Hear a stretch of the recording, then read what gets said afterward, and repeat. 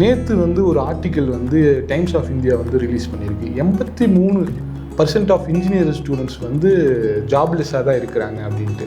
கல்வி கட்டணம் வெறும் 12,000 ரூபா தான் இருக்குது. அண்ணா யூனிவர்சிட்டி விட 20,000 ரூபா கம்மியாகும். இது அரசு டைரெக்டாக நடத்துறதுனால அவங்க கல்வி கட்டணங்கிறது வெறும் 12,000 அந்த அளவில் தான் இருக்கும். உங்களுக்கு குறைவான கட்டணத்தில் ஒரு நிறைவான இன்ஜினியரிங் படிப்பு வேணும்னா தாராளமாக அரசு கல்லூரியை தேர்ந்தெடுக்கலாம். நீங்கள் மேனேஜ்மெண்ட் கோட்டாவில் போய் சேர்றதுங்கிறது உங்கள் பேரண்ட்ஸு ரொம்ப கஷ்டப்பட்டு சம்பாரித்து வச்ச பணத்தை தேவையில்லாமல் கல்லூரியில் போய் வீணடிக்கிறதுங்கிறது தேவையில்லாத ஒரு விஷயம். 12th ரிசல்ட் எப்போ வரப்போகுதோ அடுத்த அந்த நாளே வந்து உங்களுக்கு கவுன்சிலிங்குடைய நோட்டிஃபிகேஷன் வந்துடும், ஓப்பன் பண்ணிடுவாங்க. சைபர் செக்யூரிட்டியில் பிடெக் எம்டெக் 5 வருஷம் படிக்கக்கூடிய ஒரு வாய்ப்பு அது அரசு கல்லூரியில் இருக்குது. கவர்மெண்ட் காலேஜில் இருக்குது. அது எங்கே அப்படின்னா national forensic science university Indian statistical institute ISI DS அப்படின்னு ஒரு கோர்ஸ் கொடுக்குறாங்க. அங்கே படிச்சிங்கன்னா 100% பிளேஸ்மெண்ட்டு, பல லட்சங்களில் கோடிகள் உங்களுக்கு சம்பளம் கிடைக்கும்.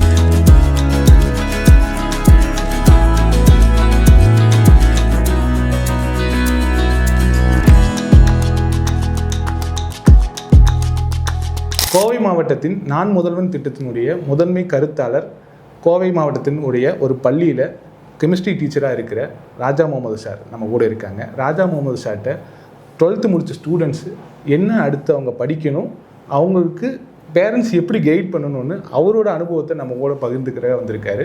வெல்கம் ராஜா முகமது சார். இந்த கேள்விக்குள்ளே போகிறதுக்கு முன்னாடி இன்றைக்கி சட்டமன்றத்தில் முதல்வர் அனௌன்ஸ் பண்ண ஒரு மிகப்பெரிய ஒரு அனௌன்ஸ்மெண்ட்டு, 50க்கும் மேற்பட்டவங்க தமிழ்நாட்டில் நான் முதல்வன் திட்டத்தில் படித்து IAS பாஸ் ஆகியிருக்காங்க. அதை எப்படி நீங்கள் ஃபீல் பண்ணுறீங்க? அதை பற்றி ஒன்று ஷார்ட்டாக சொல்லுங்கள். இல்லை, முதல்வர்களுடைய ஒரு கனவு தான் அது. நான் மட்டும் முதல்வராக இருக்கக்கூடாது, தமிழகத்தில் இருக்கக்கூடிய ஒவ்வொரு இளைஞர்களும் தான் முதல்வராக வர வேண்டும் அப்படிங்கிற ஒரு கனவோடு துவங்கப்பட்டது தான் இந்த திட்டம். 2022ஆம் ஆண்டு அவருடைய கனவு திட்டம்னு சொல்லி அந்த திட்டத்தை உருவாக்கி வச்சார். திட்டம் பள்ளிகளில் இருக்கக்கூடிய மாணவர்கள் தங்களுடைய இலக்கை வந்து அவங்களா நிர்ணயம் பண்ணணும், மிகப்பெரிய அளவில் போகணும் அப்படிங்கிறதும், அதே மாதிரி கல்லூரி முடித்திருக்கக்கூடிய மாணவர்கள் தங்களுடைய திறமைகளை வளர்த்துட்டு சரியான வேலை வாய்ப்பை பெறணும் அப்படிங்கிறதுக்காகவும், அதே போன்று இந்த அரசு துறைகளில் இருக்கக்கூடிய பல்வேறு பணிகளில் போய் அவங்க அமரணும் அப்படிங்கிறதுக்காக நடைபெறக்கூடிய போட்டித் தேர்வுகளுக்காக வழிகாட்டுவதற்காகவும் நிறைய திட்டங்கள் இந்த 4 திட்டத்தில் பிரிவின் கீழ் செயல்பட்டு இருக்குது. ஸோ அந்த அடிப்படையில் தான் UPSC எக்ஸாமில் தமிழ்நாட்டைச் சேர்ந்த அதிக மாணவர்கள் பாஸ் பண்ணி அங்கே அந்த பொறுப்பில் போய் அமரணும் அப்படிங்கிறதுக்காகத்தான் இந்த நான் முதல்வன் திட்டத்தின் கீழ் மாணவர்களை தேர்வு செஞ்சு அவர்களுக்காக பயிற்சிகள் வழங்கப்பட்டது. அந்த பயிற்சியினுடைய பலன் தான் வந்து பார்த்திங்கன்னா இன்றைக்கி முதல்வர் ரொம்ப பெருமையோடு சொல்லியிருக்காரு.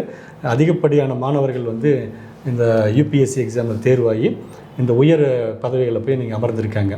உண்மையிலேயே வந்து அவருடைய கனவு வந்து நிறைவேறி கொண்டிருக்கிறத நம்ம பார்க்க முடியும். கண்டிப்பாக எங்களுக்குமே வந்து அந்த கூஸ்பம்ஸ் இருக்குது பேசுகிறப்ப. ஏன்னா 23வது இடத்த பிடிக்கிறதுங்கிறது சாதாரண விஷயம் கிடையாது. அதாவது ஒரு ப்ரைவேட் செக்டாரில் படித்து ப்ரைவேட் எஜுகேஷன் இன்ஸ்டியூட்டில் படித்து இந்தியாவில் 23வது இடத்த பிடிக்கிறது வந்து அது ஒரு பெரிய ஆச்சரியமான விஷயம் இல்லை. ஏன்னா அவ்வளோ கோச்சிங் கொடுக்க போகிறாங்க. அரசு ஏன் இவ்வளோ கவனம் செலுத்தி ஒருத்தர் 23வது இடத்த இந்தியாவிலேயே 23வது இடத்துக்கு கொண்டு வந்து நிறுத்துகிற அளவுக்கு அரசு ஒரு திட்டம் வந்து பயனளிக்குதுங்கன்னா அது பெரிய விஷயந்தான். அதுக்கு முன்னாடி இன்னொரு கொஸ்டின் எனக்கு என்னென்னா, இன்னும் எக்ஸாம் இப்போ தான் முடிஞ்சிருக்கு, ஒரு 20 நாள் தான் ஆயிருக்கு 12th எக்ஸாம் முடிச்சு. இன்னும் என்ட்ரன்ஸ் எக்ஸாம் நடக்கலை, என்ட்ரன்ஸுக்கான ரிசல்ட் வரல. ஆனால் அதை விட அதிகமான கூட்டம் காலேஜில் வந்து ஸ்டூடெண்ட்ஸும் பேரண்ட்ஸும் போய் குவிறாங்களே இன்ஜினியரிங்காக. என்ன நடக்குது? இல்லை, அது தெளிவாக சொல்லணும் அப்படின்னா அது பெற்றோர்களுக்கும் மாணவர்களுக்கும் ஒரு சரியான புரிதல் இல்லைன்னு தான் சொல்ல முடியும். கல்லூரிகளில் அட்மிஷன் எப்பவுமே 12th ரிசல்ட் வந்ததுக்கப்புறம் தான் தொடங்கும். அப்போ இந்த மாதிரி மாணவர்களும் பெற்றோர்களும் கல்லூரியில் போய் சேர்றதுக்கு என்ன காரணம்னா, அட்மிஷன் எப்படி நடக்குது அதை பற்றி தெரியாத ஒரு காரணம். எவ்வளவு கல்லூரிகள் இருக்குது, அந்த கல்லூரிகளினுடைய என்னென்ன வகைகளான கல்லூரிகள் இருக்குது அப்படிங்கிறத பற்றியும், அந்த கல்லூரிகளில் எவ்வளோ கட்டணங்கள் வசூலிக்கிறாங்க அப்படிங்கிறத பற்றியும் அது தெரியாத ஒரு முக்கியமான காரணமாக இருக்குது.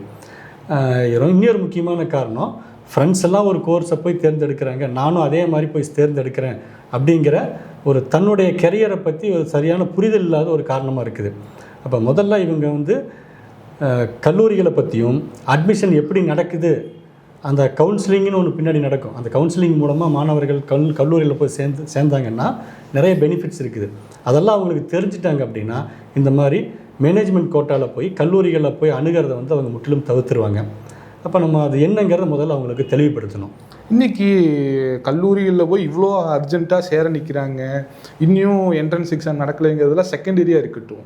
நேற்று வந்து ஒரு ஆர்டிக்கல் வந்து டைம்ஸ் ஆஃப் இந்தியா வந்து ரிலீஸ் பண்ணியிருக்கு. 83% பர்சன்ட் ஆஃப் இன்ஜினியரிங் ஸ்டூடெண்ட்ஸ் வந்து ஜாப்லெஸ்ஸாக தான் இருக்கிறாங்க அப்படின்ட்டு. என்ன ஒரு திறன் கம்மியாச்சு இன்ஜினியரிங் ஸ்டூடெண்ட்ஸ்க்கு? ஏன் இவ்வளோ ஜாப்லெஸ்க்கான காரணம்? ஏன்னா வெறும் நான் கடந்து போகிறக்காக அந்த கொஸ்டின் கேட்கல. டைம்ஸ் ஆஃப் இந்தியா அதை ரிலீஸ் பண்ணியிருக்குங்கிறப்போ அதில் ஏதாவது இருக்குமில்ல? அப்போ என்ன தான் நடக்குது? மாணவர்கள் எதை சூஸ் பண்ணுறது? இன்ஜினியரிங் படித்தா வேலை இல்லை அப்படிங்கிறதுலாம் கிடையாதுங்க. அதாவது எப்படி படிக்கிறாங்க, எத்தனை பேர் படித்து முடிச்சுட்டு வெளியில் வர்றாங்க அப்படிங்கிறது ரொம்ப முக்கியம். அதாவது பாஸ் ஆகி வர்றாங்க அப்படிங்கிறீங்க. அது ரொம்ப கல்லூரியில் சேர்றவங்க அத்தனை பேருமே பாஸ் பண்ணிட்டு வெளியில் வர்றது கிடையாது. அப்படி பாஸ் பண்ணிட்டு வர்றவங்க வந்து பார்த்தோன்னா ஸ்கில்லோடு வர்றாங்களா அப்படிங்கிறது ரொம்ப ரொம்ப முக்கியம். ஓகே, ஸ்கில் இருக்கிறவங்களுக்கு தான் வந்து வேலை வாய்ப்பு அப்படிங்கிறது கிடைக்குது. இந்த வேர்ல்டு எக்கனாமிக் ஃபோரத்தினுடைய இப்போ 2025 ஒரு ரிப்போர்ட் வந்திருக்குது. அதனுடைய அடிப்படையில் வந்து பார்த்தீங்கன்னா 37% கரண்ட் ஜாப் ஸ்கில்ஸ் வந்து பார்த்தோன்னா யூஸ்லெஸ்ஸாக போயிருன்னு ஒரு ஸ்டேட்மெண்ட்டை கொடுத்துருக்காங்க. ஏஐ வந்ததுனால எல்லாம் ஆட்டோமேஷன் வந்துருச்சு. அதை வந்து ஆடியோ வாய்ஸில் நம்ம போட்டு அதே வந்து நம்ம டைப் பிடிச்சி வர மாதிரி வந்துருச்சு. அப்போ இந்த மாதிரி 37% ஜாப் ஸ்கில்ஸ் வந்து யூஸ்லெஸ்ஸாக போகிற மாதிரி ஒரு ஸ்டேட்மெண்ட்டை வேர்ல்டு எக்கனாமிக் ஃபோரம் சொல்லியிருக்காங்க. குறிப்பாக மிடில் கிளாஸை அதை அட்டாக் பண்ணுங்கிறதுன்னு சொல்லியிருக்கிறாங்க. கண்டிப்பாக ஃப்யூச்சரில் என்ன மாதிரியான வேலை வாய்ப்புகள் இருக்குது, எது நல்லா பீக்காக இருக்கும் அப்படிங்கிறத பார்த்தும் தங்களுடைய திறமைகளை வளர்த்துட்டு வரக்கூடிய மாணவர்களுக்கு கண்டிப்பாக வேலை இருந்துகிட்டே இருக்குது. அப்போ இந்த வேலை இல்லாமல் இருக்கிறதுக்கு ரொம்ப முக்கிய காரணம் ஒன்று வந்து ஸ்கில்லை வளர்க்காமல் வெளியில் வர்றாங்க. தேவையான ஸ்கில்லை வந்து அப்டேட் பண்ணாமல் வெளியில் வர்றதும், அதிகப்படியான மாணவர்கள் பாஸ் பண்ணிட்டு வெளியில் வர்றது கிடையாது. ஓகே, அதனால தான் இந்த அன்எம்ப்ளாய்மெண்ட் அப்படிங்கிறது அதிக அளவில் இருக்குது. ராஜா சார், நீங்கள் சொல்கிறப்போ ஒரு விஷயத்தை சொன்னீங்க, ஸ்கில் வேணும்னு சொன்னீங்க. ஸ்கில் வந்து பெரும்பாலும் ஸ்கூல் முடிச்சு வர ஸ்டூடெண்ட்ஸுக்கு வந்து இருக்காது. காலேஜ் தானே அந்த ஸ்கில்லை வந்து மாணவர்களுக்கு கொடுக்கணும். அப்படி இருக்கிறப்போ தமிழ்நாட்டில் எத்தனை காலேஜ் ஸ்கில்டாக இருக்குது, எவ்வளோ இன்ஜினியரிங் காலேஜ் இருக்குது, எவ்வளோ இன்ஜினியரிங் காலேஜ் படிக்கிறதுக்கான சீட்ஸ் இருக்குது? இப்போ தமிழ்நாட்டுக்குள்ளே இன்ஜினியரிங் படிக்கணும் அப்படின்னா 3 வகையான கல்லூரிகளில் மாணவர்கள் இன்ஜினியரிங் படிக்கலாம்.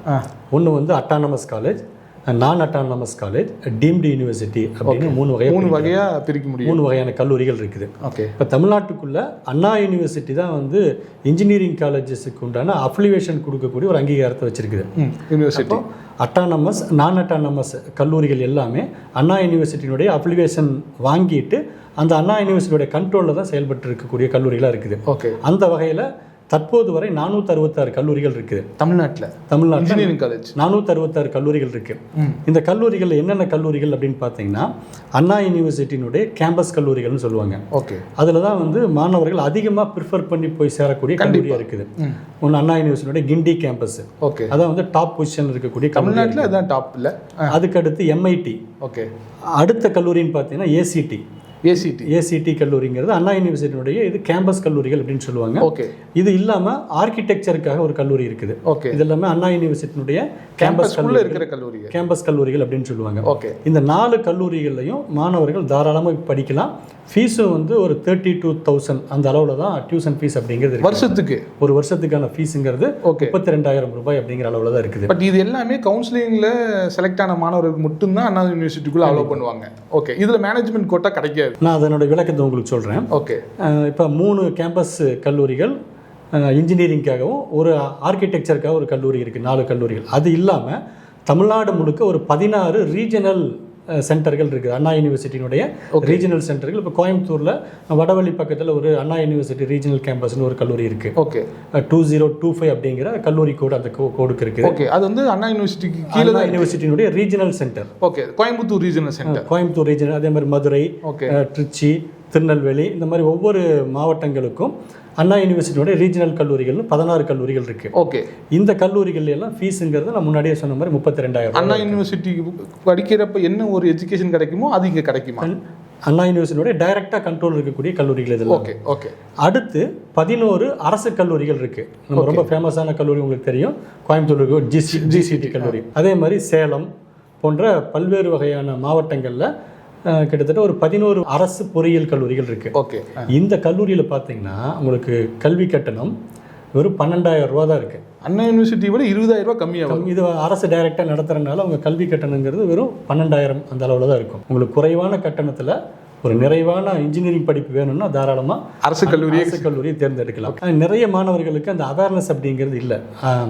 அடுத்து வந்து பார்த்தீங்க அப்படின்னா சென்ட்ரல் யூனிவர்சிட்டியினுடைய 3 கல்லூரிகள் இருக்குது. ஓகே, ஒன்று வந்து காரைக்குடியில் இருக்கக்கூடிய central electro chemical research institute. Okay. கிட்டத்தட்ட சீட்டு ரொம்ப கம்மியாக தான் இருக்கும். அது 40 சீட்டு தான் இருக்கும். அது அரசு கல்லூரி. அது சென்ட்ரல் கவர்மெண்ட்டினுடைய நேரடி கண்ட்ரோல் இருக்கக்கூடிய கல்லூரி. Okay okay okay. அடுத்து சென்னையில் இருக்கக்கூடிய central plastic engineering and technology CIPET அப்படிங்கிற ஒரு கல்லூரி. ஓகே. அதுக்கு ஒரு சேலத்தில் இருக்கக்கூடிய ஹேண்ட்லூம் டெக்னாலஜி கல்லூரி. இந்த 3 கல்லூரிகளுமே சென்ட்ரல் கவர்மெண்ட்டினுடைய கல்லூரிகள். இப்போ இந்த 3 கல்லூரியுமே அண்ணா யூனிவர்சிட்டியினுடைய கவுன்சிலிங்கில் பார்ட்டிசிபேட் பண்ணுறாங்க. ஓகே. மாணவர்கள் கவுன்சிலிங் மூலமாக அந்த கல்லூரியை தேர்ந்தெடுக்கலாம். ஓகே. இதுலேயும் உங்களுக்கு கல்லூரி கட்டணங்கிறது ஒரு 37,000 அந்த அளவில் தான் இருக்கும். சூப்பர். இது இல்லாமல் அண்ணாமலை யூனிவர்சிட்டியினுடைய ஒரு கல்லூரி இருக்குது. அதுவும் வந்து கவுன்சிலிங் மூலமாக தான் இடங்கள் பூர்த்தி செய்யப்படுகிறது. இது இல்லாமல் 3 கவர்மெண்ட் எய்டட் கல்லூரிகள் இருக்குது. அது உங்களுக்கு ரொம்ப ஃபேமஸான கல்லூரி. அது நம்ம ரொம்ப பெருமைப்படக்கூடிய ஒரு கல்லூரி. கோயம்புத்தூரில் 2 கல்லூரிகள் இருக்குது. அதில் ஒன்று வந்து PSG, CIT. இந்த 2 கல்லூரியுமே அரசு நிதி உதவி பெறக்கூடிய கல்லூரிகள். அடுத்து வந்து பார்த்தீங்கன்னா மதுரையில் இருக்கக்கூடிய தியாகராஜா கல்லூரி. இந்த 3 கல்லூரிகளும் அரசு நிதி உதவி பெறக்கூடிய கல்லூரிகள். இது ரொம்ப ஃபேமஸ் இல்லை? இதில் படிக்கிறதுங்கிறது ஒரு ப்ரைடாகவே இப்போ வரைக்கும் மாணவர்கள் நினைக்கிறாங்க. அந்த அளவுக்கு நல்ல பிளேஸ்மெண்ட் இருக்குது. நிறைய மாணவர்கள் படிச்சுட்டு வெளியில் வரக்கூடிய மாணவர்கள் நல்ல பொசிஷனில் இருந்துட்டு இருக்காங்க. அதனால தான் நல்ல கிரேடில் அந்த கல்லூரி நல்ல கிரேட் அப்படிங்கிறது கிடைச்சிருக்கு, நல்ல அங்கீகாரம் அப்படின்னு கிடைச்சிருக்கு. இப்போ இந்த நம்ம பார்த்த இந்த கல்லூரிகள் எல்லாமே 100% இடங்கள் முழுக்க கவுன்சிலிங்கின் மூலமாக தான் நிரப்பப்படும். இதில் மேனேஜ்மெண்ட் கோட்டா கிடைக்காது. மேனேஜ்மெண்ட் கோட்டாங்கிறது கிடையாது. சிஐடியிலும் இல்லை. எல்லாமே இது அரசு நிதி உதவி பெறக்கூடிய கல்லூரிங்கிறனால உங்களுக்கு செல்ஃப் சப்போர்ட்டிங் கோர்ஸ் அப்படிங்கிறது இருக்கும். Okay okay. ஆனால் முழுக்க கவுன்சிலிங் மூலமாக தான் 100% இடங்களை நிரப்பணும். ஓகே. இதே பிஹெச்டியினுடைய பிஹெச்டி டெக் அப்படின்னு ஒரு கல்லூரி இருக்குது. அது வந்து பிரைவேட் கல்லூரி. ஓகே. அது வந்து பிஹெச்டியினுடைய அவங்களுடைய அசோசியேஷன் செல்ஃப் ஃபைனான்ஸ் கல்லூரி அப்படிங்கிறது. ஓகே. இப்போ இந்த அரசு கல்லூரிகளை தவிர்த்து மீதி பார்த்தீங்கன்னா கிட்டத்தட்ட 400க்கும் மேற்பட்ட செல்ஃப் ஃபைனான்ஸ் கல்லூரிகள் இருக்குது. அந்த செல்ஃப் ஃபைனான்ஸ் கல்லூரியில் 2 வகையாக பிரிக்கலாம். ஒன்று அட்டானமஸ் கல்லூரி, நான் அட்டானமஸ் கல்லூரி அப்படிங்கிறது. இப்போ இது 2க்குள்ள வேறுபாடு உங்களுக்கு என்னென்னு இப்போ தெரிஞ்சுக்கணும்னு ஆசையாக இருக்கும். கண்டிப்பாக சரி. அட்டானமஸ் கல்லூரியில் படித்தா நல்லா இருக்குமா, நான் அட்டானமஸ் கல்லூரியில் படித்தா பெஸ்ட்டாக அப்படிங்கிறது நிறைய மாணவர்களுக்கு சந்தேகம் வரும்.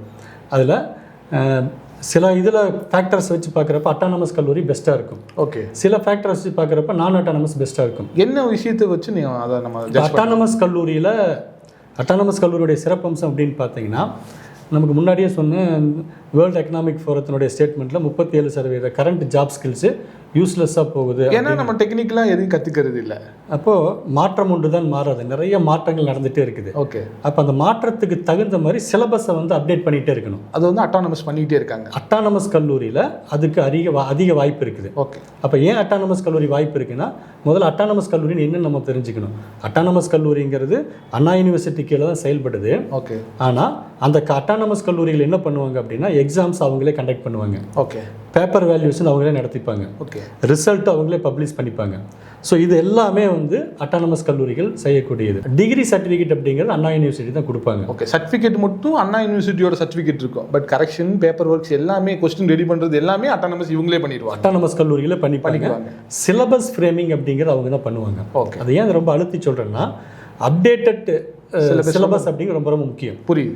மாற்றத்துக்கு தகுந்த மாதிரி நம்ம சிலபஸை மாற்றிக்கிட்டா தான் அதை படிச்சுட்டு வர்ற மாணவர்களுக்கு அந்த ஸ்கில்லில் அந்த ஃபீல்டில் டெவலப் ஆகிட்டு வருவாங்க. கண்டிப்பாக. இன்னைக்கு ஏஐ வந்துருச்சுன்னா அதுக்கேற்ற அப்டேஷனை வந்து ரெடி பண்ணிடணும்ல, இன்ஜினியரிங்லையும் ரெடி பண்ணியிருக்கணும்ல. கரெக்ட். அப்போ அட்டானமஸ் கல்லூரியில் இந்த அப்டேட்டட் கரிக்குலம் அப்படிங்கிறது இருக்கும். ஓகே. இப்போ நான் அட்டானமஸ் கல்லூரிகள் ஏன் அது அந்த அப்டேட்டட் கரிக்குலம் இருக்காதுன்னா, நான் அட்டானமஸ் கல்லூரிகள் முழுக்க அண்ணா யூனிவர்சிட்டியோட கண்ட்ரோலில் தான் செயல்படும். ஓகே. பேப்பர் ஒர்க் வந்து கொஸ்டின் எக்ஸாம் நடத்துறதும் அண்ணா யூனிவர்சிட்டி நடத்துவாங்க. வேல்யூஸனும் அவங்க தான் நடத்துவாங்க. சிலபஸும் அவங்க தான் ஃப்ரேம் பண்ணி கொடுப்பாங்க. இந்த 400 கல்லூரிகள் நான் அட்டானமஸ் இருக்குதுன்னா, 300க்கும் மேற்பட்ட நான் அட்டானமஸ் கல்லூரிகள் இருக்குன்னா, அந்த 300க்கும் மேற்பட்ட கல்லூரிகளோ இவங்க கொடுக்குற சிலபஸ் தான் ஃபாலோ பண்ண வேண்டியதாக. ஓகே. எக்ஸாமினேஷனும் அவங்க தான் கண்டக்ட் பண்ணுவாங்க. எல்லாமே முழுக்க அண்ணா யூனிவர்சிட்டியோட கண்ட்ரோல்லே இருக்கும். அதனால இந்த அட்டானமஸ் கல்லூரிங்கிற அங்கீகாரம் உடனடியாக கல்லூரி கிடைக்காது. ஓகே. அதுக்கும் ஒரு குறிப்பிட்ட வருடங்கள் நல்ல அகாடமிக்கில் வந்து சர்வீஸ் பண்ணியிருக்கணும். NIRF ரேங்க் போன்ற ரேங்க் எல்லாம் வந்து வாங்கியிருக்கணும். அந்த கொடுக்கக்கூடிய பாடங்கள் எல்லாமே NBA அக்ரிடேட்டட்னு சொல்லுவாங்க. ஓகே. அந்த அக்ரிடேட்டட் பாடப்பிரிவுகளாக இருக்கணும். இதை காட்டும் ரொம்ப முக்கியமானது, ஒரு தொடர்ச்சியாக ஒரு குறிப்பிட்ட வருடம் பாஸ் பர்சன்டேஜ் ஒரு 70க்கு மேலே வச்சுருக்கணும். ஓகே, இதை வந்து ஒரு 10 வருஷத்துக்கு முன்னாடி பிஹெச்டியும் கூட முன்னெடுத்துட்டு இருந்துச்சு, அவங்களுக்கு அட்டானமஸ் வேணும்னு சொல்லிட்டு. அது கிடைக்கல. அதுக்கான சூழ்நிலையும் இங்கே இருக்கிற மாணவர்களும் ஒத்துழைக்கணுங்கிறது ஒரு விஷயம். அது ஒரு விஷயமா பேசப்பட்டதுனால இடையில சொல்ல வேண்டியதாக இருக்குது. இப்போ அதுக்கப்புறம் அவங்க ஸ்டாண்டர்டை இம்ப்ரூவ் பண்ணிட்டாங்க, அட்டானமஸ் அப்படிங்கிற அங்கீகாரம் கிடைச்சிருச்சு. இப்போ கிடச்சிருச்சு. அது அட்டானமஸ் கல்லூரியாக தான் இருந்துகிட்டு இருக்குது. அந்த மாதிரி கல்லூரிகள் தங்களுடைய தரத்தை மேம்படுத்திட்டு இருக்கிறப்ப தான் அவங்களுக்கு அந்த அட்டானமஸ் அப்படிங்கிற அங்கீகாரம் கிடைக்கும். ஓகே, இப்போ அந்த கல்லூரிகளை தேர்ந்தெடுக்கிற விஷயத்தில் தான் நம்ம பார்த்துட்டு இருந்தோம். அப்போ இந்த கல்லூரிகளில் அட்டானமஸ் கல்லூரி, நான் அட்டானமஸ் கல்லூரிகள் இருக்குது. இப்போ இந்த செல்ஃப் ஃபைனான்ஸ் கல்லூரி, அரசு கல்லூரிகளை பொறுத்தவரையிலும் முழுக்க 100% இடங்கள் கவுன்சிலிங் மூலமாக நிரப்புகிறாங்க. செல்ஃப் ஃபைனான்ஸ் கல்லூரிகளை பொறுத்தவரையிலும் 100 இடங்கள் இருந்துச்சு அப்படின்னா 65 இடங்கள் வந்து கவர்மெண்ட்டுக்கு கொடுத்துட்றோம். அது கவுன்சிலிங் மூலமாக தான் நிரப்ப முடியும். ஓகே, மீதி இருக்கக்கூடிய 35% இடங்களுக்கு தான் அவங்க மேனேஜ்மெண்ட் கோட்டா அப்படிங்கிற அடிப்படையில் ஃபில் பண்ணுவாங்க. ஓகே, இப்போ நீங்கள் முன்னாடியே கேட்ட கொஷினுக்கு உண்டான ஆன்சர், இப்போ மாணவர்கள் கல்லூரிகளில் போய் அட்மிஷன் போடுறது எல்லாமே அந்த மேனேஜ்மெண்ட் கோட்டாக்காக தான். புரியுது. ஆனால் அந்த மேனேஜ்மெண்ட் கோட்டாவில் போய் சேர்றது வந்து பார்த்தீங்கன்னா யார் சேரலாம் அப்படின்னா, நான் ஒரு கோர்ஸ் நான் எடுக்கலான்னு நினச்சிட்டு இருக்கேன். அந்த கல்லூரியில் அந்த கோர்ஸ் கிடைக்குமா அல்லது கன்ஃபார்மாக கிடைக்காது அப்படின்னு மாணவர்களுக்கு தெரிஞ்சால் தாராளமாக போய் நீங்கள் உங்களுக்கு பொருளாதார வசதி இருந்ததுன்னா நீங்கள் மேனேஜ்மெண்ட் கோட்டா சேரலாம். ஓகே, ஆனால் உங்களுக்கு நீங்கள் வாங்கினா உங்களுக்கு கிடைக்கக்கூடிய மதிப்பெண்களுக்கு அந்த கல்லூரியில் சீட்டு கிடைக்குங்கிற பட்சத்தில் நீங்கள் மேனேஜ்மெண்ட் கோட்டாவில் போய் சேர்றதுங்கிறது உங்கள் பேரண்ட்ஸு ரொம்ப கஷ்டப்பட்டு சம்பாதிச்சு வச்ச பணத்தை தேவையில்லாமல் கல்லூரியில் போய் வீணடிக்கிறதுங்கிறது தேவையில்லாத ஒரு விஷயம். புரியுது. அப்போ நீங்கள் கல்லூரிக்கு போய் சேர்றதுக்கு முன்னாடி கவுன்சிலிங் மூலமாக போகலாமா அல்லது மேனேஜ்மெண்ட் கோட்டா மூலமாக போகலாமா அப்படிங்கிறத முதல்ல தெரிஞ்சுக்கணும். ஓகே, அப்போ அதுக்கு முன்னாடி கவுன்சிலிங் எப்படி நடக்கும் அப்படிங்கிற ஒரு புரிதல் எல்லாத்துக்கும் தெரிஞ்சால் தான் நம்ம வந்து மக்கள் அந்த ஸ்டூடெண்ட்ஸ் வந்து அதை வந்து எப்படி எடுத்துகிட்டு போகலாங்கிறது அவங்களுக்கு புரியும். முதல்ல கவுன்சிலிங்னா முதல்ல நம்ம என்னென்னு தெரிஞ்சுக்கணும், கவுன்சிலிங் எப்படி நடக்கும் அப்படிங்கிறது. அப்போ கவுன்சிலிங்னா இப்போ இருக்கக்கூடிய கிட்டத்தட்ட மொத்த இடங்களில் செல்ஃப் ஃபைனான்ஸ் கல்லூரியில் இருக்கக்கூடிய மொத்த இடங்களில் 65% இடங்களும் அரசு கல்லூரியினுடைய 100% இடங்கள் எல்லாம் சேர்த்துட்டு கிட்டத்தட்ட லாஸ்ட் இயர் பார்த்தீங்கன்னா 1,70,000 சீட்டு வந்து இன்ஜினியரிங் 1,70,000 சீட்டு வந்து கவுன்சிலிங் மூலமாக மட்டுமே நிரப்புவாங்க. கவுன்சிலிங் மூலமாக மட்டும்தான் நிரப்புவாங்க. மீதி இருக்கக்கூடிய சீட் எல்லாமே மேனேஜ்மெண்ட் கோட்டாவில் போயிடும். அப்போ இது எப்படி நிரப்புவாங்க, அந்த கவுன்சிலிங் அப்படிங்கிறது என்ன அப்படின்னா அது யார் நடத்துகிறாங்க அப்படிங்கிறலாம் முதல்ல நம்ம தெரிஞ்சுக்கணும். இது முழுக்க அண்ணா யூனிவர்சிட்டி கீழே இருக்கக்கூடிய கல்லூரிகளில் தான் கவுன்சிலிங் மூலமாக இடங்கள் நிரப்புகிறாங்க. அந்த கவுன்சிலிங் யார் நிரப்புகிறாங்கன்னா டைரக்டரேட் ஆஃப் டெக்னிக்கல் எஜுகேஷன், டோட் அப்படின்னு சொல்லுவாங்க. ஓகே, அது தமிழ்நாடு கவர்மெண்ட் கீழே தான் இருக்குது. ஆமாம், தமிழ்நாடு கவர்மெண்ட் கீழே இருக்கக்கூடிய அந்த டைரக்டரேட் ஆஃப் டெக்னிக்கல் எஜுகேஷன் தான் ஒவ்வொரு வருஷமும் கவுன்சிலிங் நடத்தி அந்த கவுன்சிலிங் மூலமாக மாணவர்களுக்கு வந்து இடங்களை வந்து ஃபில் பண்ணுறாங்க. அப்போ அந்த கவுன்சிலிங் எப்போ தொடங்கும் அப்படிங்கிறது முதல்ல மாணவர்கள்லாம் புரிஞ்சுக்கணும். ரிசல்ட் எப்போ வருதோ அன்னையிலேருந்து கவுன்சிலிங் ப்ராசஸ் ஸ்டார்ட் ஆயிடும். ஓகே, அப்போ கவுன்சிலிங் ப்ராசஸ் எப்படி நடக்கும் அதை முதல்ல தெரிஞ்சுக்கிங்களா? கண்டிப்பாக அதை தெரிஞ்சுக்கிட்டா மக்களுக்கு கொஞ்சம் யூஸ்ஃபுல்லாக இருக்கும்ல.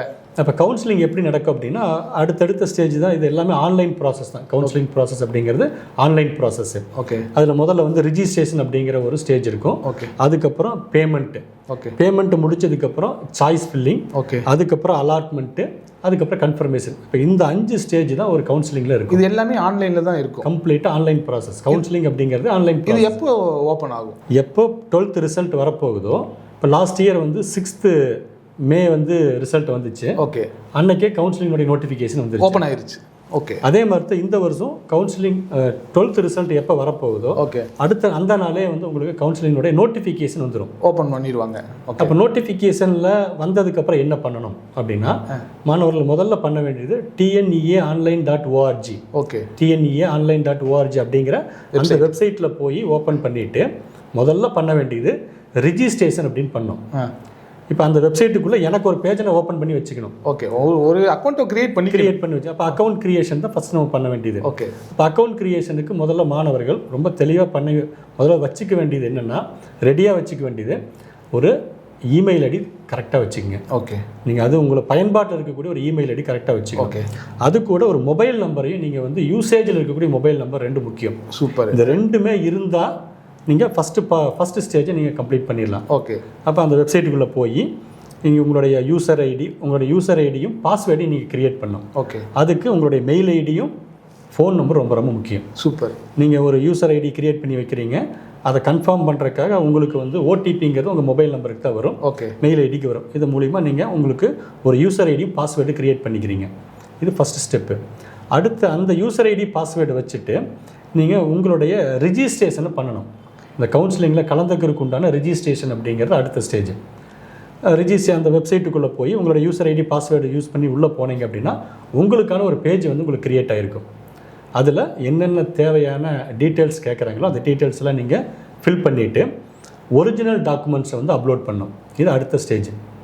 அப்போ ஒரிஜினல் டாக்குமெண்ட்டை அப்லோட் பண்ணி முடிஞ்சதுக்கப்புறம் உங்களுடைய அந்த ப்ராசஸ் அப்படிங்கிறது முடிஞ்சிடும். அதுக்கப்புறம் நல்ல சஃபிஷியன்ட் டைமிங் உங்களுக்கு கொடுப்பாங்க.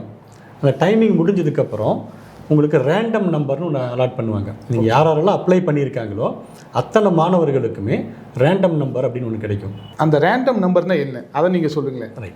இந்த ரேண்டம் நம்பர் அப்படிங்கிறது அந்த கவுன்சிலிங்காக அப்ளை பண்ணியிருக்கக்கூடிய எல்லா மாணவர்களுக்கும் ஒரு நம்பரை வந்து அலாட் பண்ணுவாங்க. நீங்கள் சொல்கிற அந்த அந்த நிறுவனம் தான் இந்த நம்பர் அவங்களுக்கு அலாட் பண்ணுறாங்க இல்லைங்களா? கண்டிப்பாக. நீங்கள் கவுன்சிலிங்கில் கலந்துக்கிட்டு எல்லாத்துக்குமே ஒரு நம்பர் அலாட் பண்ணி கொடுத்துருவாங்க. அந்த ரேண்டம் நம்பர் வந்துடும். அந்த நம்பரோட யூசேஜ் என்னன்னு பார்த்தீங்கன்னா, அது யூசேஜ் வந்து மேக்ஸிமம் யூஸ் ஆகாது. ஓகே. ஆனால் இருந்தாலும் அதனுடைய பயன்பாடு ஒன்று இருக்குது. ஓகே. எப்போனா இப்போ ஒரே மதிப்பெண்கள் ஒரு 5 மாணவர்கள் வாங்கியிருக்காங்க. ஓகே. இப்போ சீட் அலாட் பண்ணுறதுக்கு 5 மாணவர்கள் ஒரே மதிப்பெண் வாங்கியிருக்காங்க.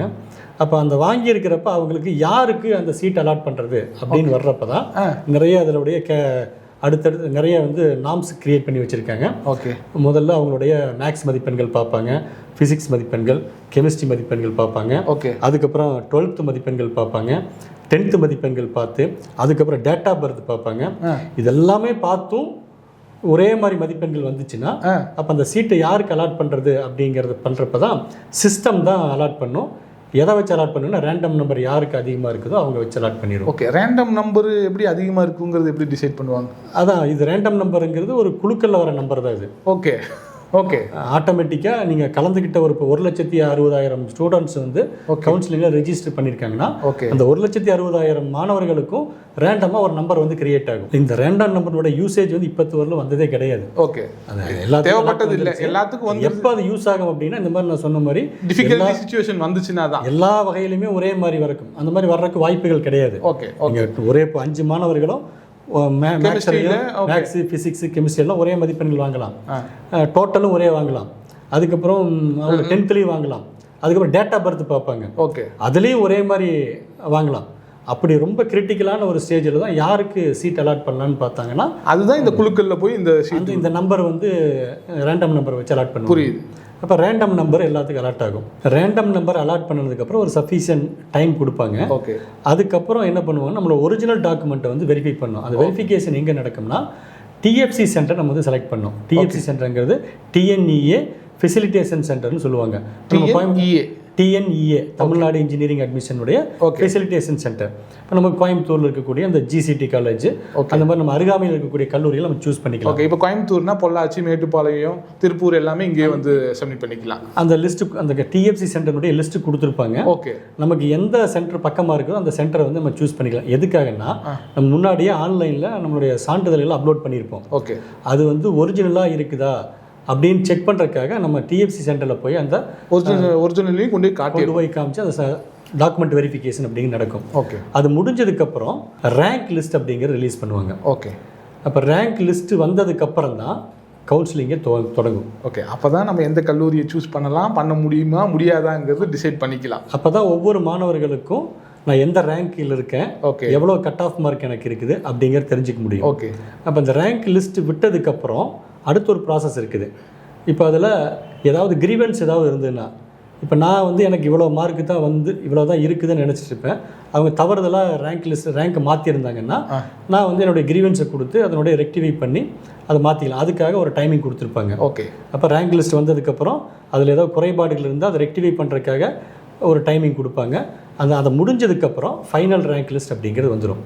இந்த ஃபைனல் ரேங்க் லிஸ்ட்டை வச்சு தான் உங்களுக்கு கவுன்சிலிங் ப்ராசஸ் அப்படிங்கிறது தொடங்கும். ராஜா சார், நிறைய விஷயம் வந்து மாணவர்களுக்கு பயனுள்ள விஷயமா நீங்கள் சொல்லிகிட்டே இருக்கிறீங்க. எப்படி ஃபில் பண்ணணும், எப்படி வந்து ஒரு கவுன்சிலிங்கில் கலந்துக்கணும், என்னென்ன டாக்குமெண்ட்ஸ்லாம் வேணுங்கிற சொன்னீங்க.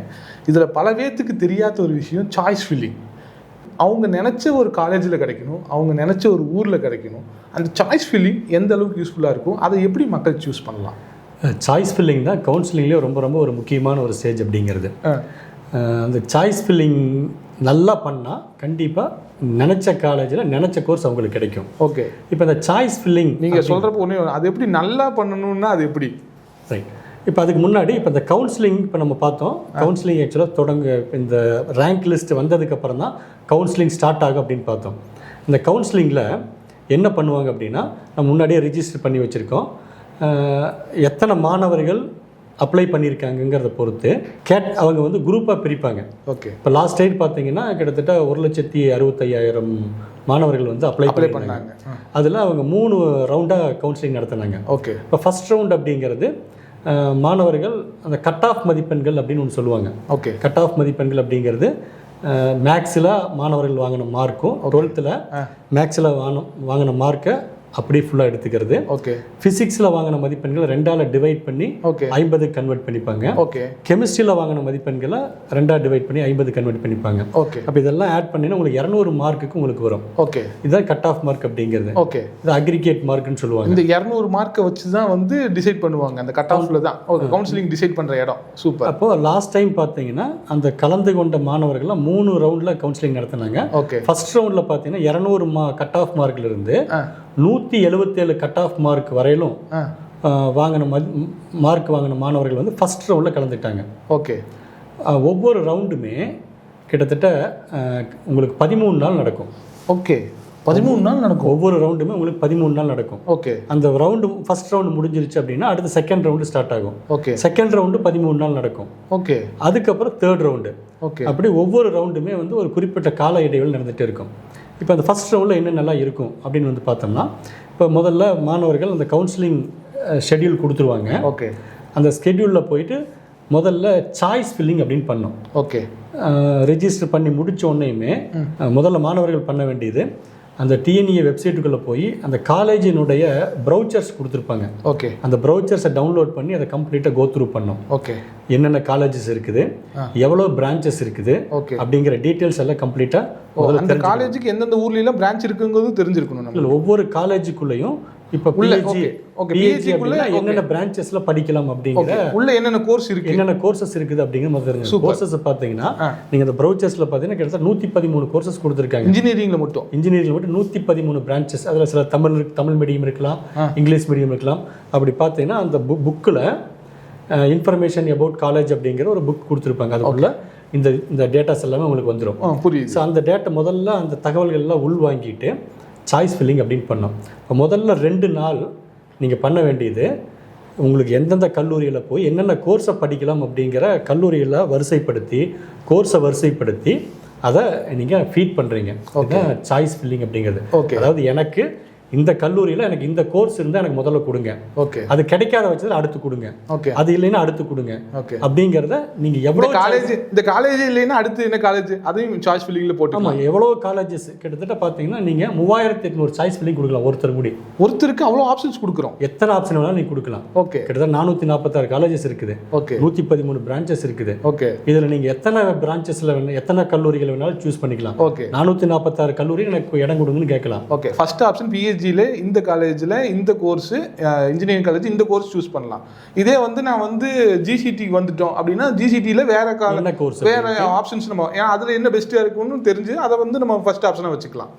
இந்த மாதிரி ஆப்ஷன்ஸுமே நம்ம 300 ஆப்ஷன்ஸ் சூஸ் 3100 ஆப்ஷன் வந்து நம்ம வந்து கொடுக்கலாம். ஓகே, அதான் முதல்ல மாணவர்கள் பண்ண வேண்டியது என்ன அப்படின்னா தங்களுக்கு எந்த காலேஜில் போய் சேரணும், இப்போ நான் எந்த காலேஜில் போய் சேர்றேன், எந்த கோர்ஸ் எனக்கு ரொம்ப பிடிக்கும் அப்படிங்கிற முதல்ல லிஸ்ட் அவுட் பண்ணி வச்சுக்கணும். ஓகே, லிஸ்ட் அவுட் பண்ணி வச்சு அதை அந்த வெப்சைட்டுக்குள்ளே போய் நீங்கள் உங்களுடைய ப்ரிஃபரன்ஸை கொடுக்குறீங்க. இதுதான் சாய்ஸ் ஃபில்லிங் அப்படிங்கிறது. ஓகே, உங்களுடைய சாய்ஸை வந்து நீங்கள் கொடுத்துட்றோம். இதுக்கு 2 நாள் உங்களுக்கு டைம் இருக்குது. ஓகே, சாய்ஸ் ஃபில்லிங் நீங்கள் 2 days வந்து நீங்கள் பண்ணலாம். ஓகே, அது முடிஞ்சோடனே நீங்கள் வந்து சாய்ஸ் லாக் அப்படின்னு கொடுக்கலாம். ஓகே, சாய்ஸ் லாக் கொடுக்காம இருந்தாலும் ஆட்டோ லாக் ஆயிரும். ஓகே, அந்த லிஸ்ட்டு வந்து உங்களுக்கு ரிஜிஸ்டர் ஆயிரும்.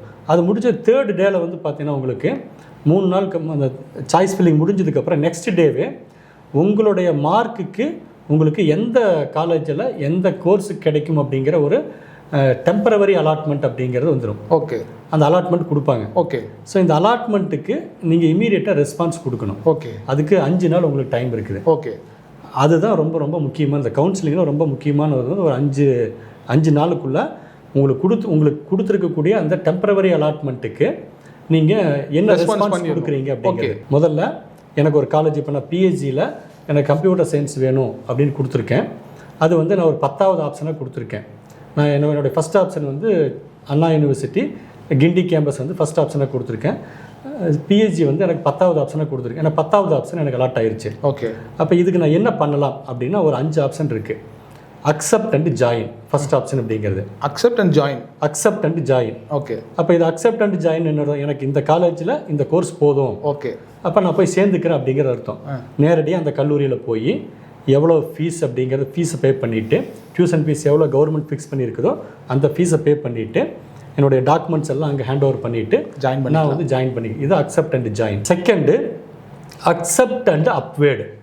ஓகே. அப்படின்னு ஒரு ஆப்ஷன் இருக்குது. அதான் ஒத்துக்கிட்டு மேலே எனக்கு இந்த சீட்டு நான் வச்சுக்கிறேன். ஓகே. இருந்தாலும் நான் மேலே எனக்கு வந்து அண்ணா யூனிவர்சிட்டியினுடைய கிண்டி கேம்பஸ் நான் கேட்டிருக்கேன். அப்போ எனக்கு மேலே இருக்கக்கூடிய அந்த 10 ஆப்ஷனில் ஏதாவது இருந்தால் கொடுங்க. ஓகே. அப்வேர்டில் கொடுங்க. ஓகே. அப்கிரேட் பண்ணி கேட்குறோம். அப்வேர்டு மூமெண்ட்டில் எனக்கு கிடைச்சா கொடுங்க அப்படின்னு சொல்கிறது தான் அக்செப்ட் அண்ட் அப்வேர்டு அப்படிங்கிறது. ஓகே. டிஎஃப்சி சென்டர்னு முன்னாடி நீ சூஸ் பண்ணியிருக்கீங்க. அந்த டிஎஃப்சி சென்டரில் போய் உங்களோட டாக்குமெண்ட்டை போய் கொடுத்துட்டு ஓகே அங்கே அதுக்குண்டான ஃபீஸையும் நீங்கள் பே பண்ணிக்கிறீங்க. ஆனால் நீங்கள் அக்செப்ட் பண்ணிட்டீங்க. அப்கிரேட் கேட்டிருக்கோம். அப்கிரேட் கேட்டிருக்கீங்க. அதனால நீங்கள் அந்த காலேஜில் போய் கட்டாமல் டிஎஃப்சி சென்டரில் போய் அந்த டாக்குமெண்ட்டையும் கொடுத்துட்றீங்க, உங்களுடைய ஃபீஸையும் நீங்கள் பே பண்ணிவிட்டு வந்துடுறீங்க. ஓகே. அதுக்கடுத்து வந்து பார்த்தீங்கன்னா டிக்ளைன் அண்ட் அப்வேர்டு. எனக்கு இந்த காலேஜ் வேண்டாம். ஓகே. ஆனால் மேலே நான் ஆப்ஷன்ஸ் கொடுத்துருக்கேன், அதில் ஏதாவது இருந்தால் கொடுங்க அப்படிங்கிறது. அதுக்கப்புறம் டிக்ளைன் அண்ட் கியூட். எனக்கு எதுவுமே வேண்டாம், நான் வெளியில் போயிடுறேன். அடுத்து 5வது ஆப்ஷன் பார்த்தீங்கன்னா decline and move to next round. Okay. எனக்கு இந்த சீட்டே வேண்டாம். ஓகே. நான் அடுத்த ரவுண்டில் எனக்கு ஏதாவது சீட் கிடைச்சா நான் எடுத்துக்கிறேன். ஓகே. அதை வந்து இந்த 10 இல்லாமல் வேற ஒரு ஆப்ஷன் போகிறோம். ஆமாம். ஓகே. நான் ஃப்ரெஷ்ஷாகவே செகண்ட் ரவுண்டில் போய் நான் புதுசாக நான் காலேஜை வந்து பண்ணி வாங்கி அதுவும் பண்ணிக்கலாம். இதே மாதிரி தான் நீங்கள் அப்பேடு கொடுத்தவங்க எல்லாமே டிஎஃப்சி சென்டரில் போய் அமௌண்ட் பேமெண்ட் பண்ணிடணும், டாக்குமெண்ட்டையும் கொடுத்துடணும். ஓகே. நீங்கள் கியூட்டு அல்லது நெக்ஸ்ட் ரவுண்டுக்கு போகிறேன்னு சொன்னவங்க எல்லாமே நீங்கள் அடுத்த நெக்ஸ்ட் ரவுண்டுக்கு போயிடலாம். ஓகே. இப்போ இது முடிஞ்சு ஒரு 13வது நாள். ஓகே. இப்போ ரெஜிஸ்ட்ரேஷன் முடிஞ்சு அடுத்து சாய்ஸ் ஃபில்லிங் முடிஞ்சு அதுக்குண்டான ரெஸ்பான்ஸ் கொடுக்குறதுக்கெல்லாம் முடிஞ்சு 13வது நாள் என்ன பண்ணுவாங்க அப்படின்னா யாரெல்லாம் கல்லூரியில் போய் சேர்ந்துருக்காங்க, யாரெல்லாம் அப்பேடு கொடுத்துருக்காங்க அப்படிங்கிறதெல்லாம் லிஸ்ட் எடுத்துகிட்டு 13th டே வந்து இந்த அப்பேடு மூமெண்ட்டில் ஏதாவது இடங்கள் இருக்கான்னு பார்ப்பாங்க. ஓகே. பார்த்துட்டு அந்த மாதிரி இடம் இருந்ததுன்னா அப்பேடில் கேட்ட மாணவர்களுக்கு அவங்க வாங்கின மார்க்குக்கு எலிஜிபிள் இருந்தால் அவங்க சீட் அலாட் பண்ணிடுவாங்க. ஓகே. அப்படி இல்லை அப்படின்னா அடுத்து வந்து நெக்ஸ்ட் ரவுண்டுக்கு போயிடலாம். ஓகே. ஸோ இதுதான் வந்து 13 நாள் வந்து ஒவ்வொரு ரவுண்டுமே நடக்கும். ஓகே. இந்த ஃபர்ஸ்ட் ரவுண்டில் முடிச்சு நீ அடுத்த ரவுண்ட் செகண்ட் ரவுண்ட்லையும் உங்கள் பார்ட்டிசிபேட் பண்ணிக்கலாம். ஓகே. இப்போ ஃபர்ஸ்ட் ரவுண்டு 13 நாள் முடிஞ்சிருச்சு. அடுத்து செகண்ட் ரவுண்டுக்கும் அதே மாதிரி உங்களுக்கு சேம் இதே மாதிரி கொடுத்துருப்பாங்க. ஓகே. செகண்ட் ரவுண்ட்லேயும் நீங்கள் போய் சாய்ஸ் ஃபில்லிங் பண்ணணும். நீங்கள் ஃபர்ஸ்ட் ரவுண்டில் பண்ணி முடிஞ்சு அதோட முடிஞ்சிருச்சு. ஓகே. செகண்ட் ரவுண்டில் ஃப்ரெஷ்ஷாக நீங்கள் சாய்ஸ் ஃபில் பண்ணிவிட்டு அதே மாதிரி அடுத்த ப்ராசஸ் போயிட்டு இந்த மாதிரி 3 ரவுண்டில் நடக்கும். ஓகே. இப்போ ஃபர்ஸ்ட் ரவுண்டில் 200 to 177. ஓகே. அடுத்து 177 மார்க்லேருந்து 142. இது செகண்ட் ரவுண்டில் லாஸ்ட் இயர் நடந்தது. ஓகே. அதுக்கப்புறம் அந்த 142லேருந்து 80 மார்க்ஸ் வரல, லாஸ்ட் மார்க் வரல இருக்கக்கூடியவங்க எல்லாம் பார்ட்டிசிபேட் பண்ணாங்க. ஓகே. ஸோ இந்த மாதிரி தான் உங்களுக்கு கவுன்சிலிங் அப்படிங்கிறது நடக்கும். அப்போ இந்த கவுன்சிலிங் முடிஞ்சதுக்கப்புறம் அடுத்து என்ன ஆகும் அப்படின்னா ஏதாவது எஸ்சி எஸ்டியில் வந்து சீட்டு ஃபில் ஆகாமல் இருந்ததுன்னா எஸ்சிஎல் இருக்கக்கூடிய சீட்டெல்லாம் எஸ்சிக்கு போட்டு மறுபடியும் செகண்டு சப்ளிமெண்ட்ரி கவுன்சிலிங் அப்படின்னு நடத்துவாங்க. ஓகே. ஓகே. இதில் நிறைய சீட் ஃபில் ஆகாமல் இருக்கும். ஓகே. அடுத்து சப்ளிமெண்ட்ரி கவுன்சிலிங் நடந்து அந்த சப்ளிமெண்ட்ரி கவுன்சிலிங்கில் தான் உங்களுக்கு சீட் ஃபில் பண்ணி அதுக்கப்புறம் கவுன்சிலிங்கை க்ளோஸ் பண்ணிடுவாங்க. ஸோ இதுதான் கவுன்சிலிங்குடைய ப்ராசஸ்ஸு.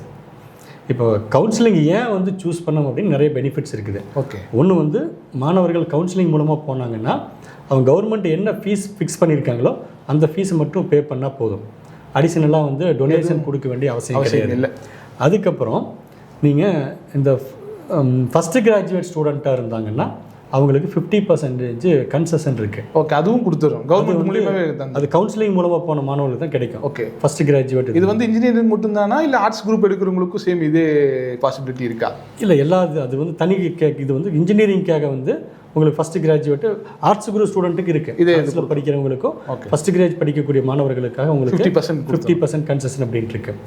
அடுத்து வந்து பார்த்தீங்க அப்படின்னா ஏஐசிடி ஃபீ வியூவர்ஸ்னு ஒரு தனியாக இருக்குது. ஓகே, அவங்க வந்து அது வந்து மேனேஜ்மெண்ட் ஒவ்வொரு கல்லூரிகளுக்கும் மேனேஜ்மெண்ட் செல்ஃப் ஃபைனான்ஸ் காலேஜில் சேரக்கூடிய மாணவர்களுக்கும் நீங்கள் முன்னாடியே கேட்டீங்க இல்லையா பிஹெச்சி மாதிரி இருக்கக்கூடிய செல்ஃப் சப்போர்ட்டிங்கில் சேர்ந்த மாணவர்களுக்கும் அந்த காலேஜ் வந்து அவங்க வந்து நல்ல டாப்பர்ஸை செலக்ட் பண்ணி அவங்களுக்கு வந்து கன்செஷன் கொடுக்கலாம். ஓகே, அது ஏஐசிடி அவங்களுக்கு கொடுத்துருவாங்க. ஓகே, அது எப்படி போனால் உங்களுக்கு கிடைக்கும்னா த்ரூ கவுன்சிலிங் மூலமாக போனால் தான் கிடைக்கும். எல்லாமே கவுன்சிலிங் தான் ரொம்ப மேஜராக முக்கியமானது.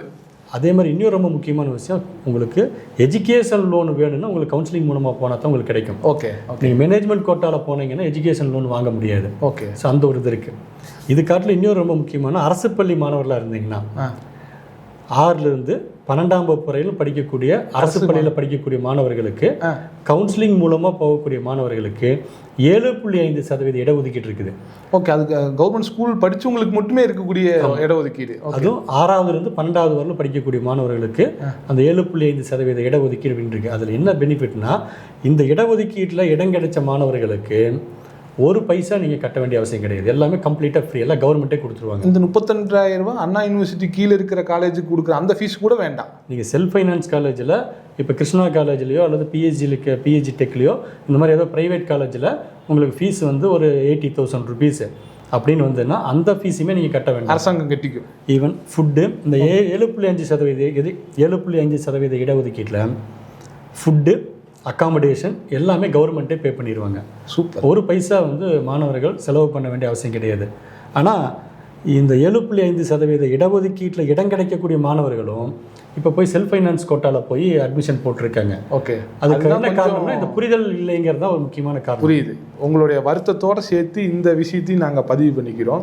இதோடு சேர்த்து எங்களுக்கு இன்னொரு கேள்வி, இன்னைக்கு நாங்கள் படிக்கிற காலத்தில் வந்து எங்களுக்கு 9th படிக்கிறோமோ 10th எங்களுக்கு எப்படி கோர்ஸ் சூஸ் பண்ணணுன்னு ஒரு கைடன்ஸ் கிடையாது, அந்தளவுக்கு நாலேஜும் கிடையாது.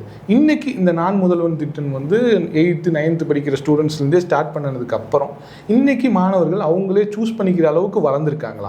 ஏன் இந்த கொஸ்டின் உங்கள்கிட்ட கேட்குறேன்னா, நான் முதல்வன் திட்டத்தை ஒவ்வொரு ஸ்கூலாக ஒவ்வொரு ஊராக போய் நீங்கள் வந்து எடுத்து சொல்லிட்டு இருக்கிறப்போ அதோடைய பலன் வந்துருச்சா, வந்துட்டு இருக்கா?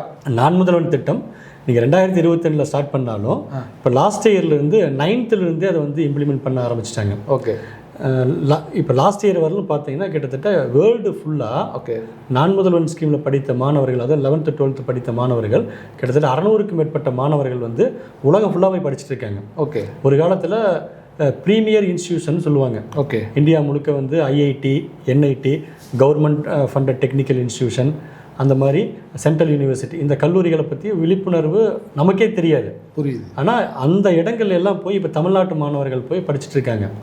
அந்த மாணவர்கள் அந்த மாதிரி அந்த உயர்கல்வி நிறுவனங்களில் போய் சேரக்கூடிய மாணவர்களுக்கான முழு கல்வி கட்டணத்தையும் கவர்மெண்ட்டே ஃப்ரீயாக பண்ணுறாங்க. இந்த நான் முதல்வன் திட்டம் மூலமாக தான் பண்ணுறோம். 7.5% இடஒதுக்கீடு இல்லாமல் ஓகே இந்த நான் முதல்வன் திட்டத்தின் மூலமாக இந்தியா முழுக்க இருக்கக்கூடிய ப்ரீமியர் கல்வி நிறுவனங்கள், ஓகே அந்த கல்வி நிறுவனங்கள் ஐஐடி, என்ஐடி, IIIT போன்ற இந்த மாதிரி ப்ரீமியர் கல்வி நிறுவனங்களை சேரக்கூடிய மாணவர்களுக்கான கல்வி கட்டணம், உணவு, இருப்பிடம் எல்லா செலவுகளையுமே கவர்மெண்ட் ஏற்றுக்காது. தனி ஸ்கீம். ஓகே, இந்த ஸ்கீமே டோட்டலாக நான் முதல்வன் கீழே தான் வருது. எல்லாமே நான் முதல்வன் கீழே வரக்கூடிய ஸ்கீம் தான். ஓகே, அதனால் 600க்கும் மேற்பட்ட மாணவர்கள் லாஸ்ட் டைம் போய் சேர்ந்துருக்காங்க. இப்போது இந்த நான் முதல்வன் ஸ்கீம் இப்போ 9th இம்ப்ளிமெண்ட் பண்ணதுனால 9th மாணவர்களுக்கு தன்னுடைய இலக்கு எது, நான் எதை நோக்கி நான் பயணிக்கணும், என்ன கோர்ஸை தேர்ந்தெடுக்கணும் அப்படிங்கிற ஒரு விழிப்புணர்வு அந்த மாணவர்களுக்கே வந்துருச்சு.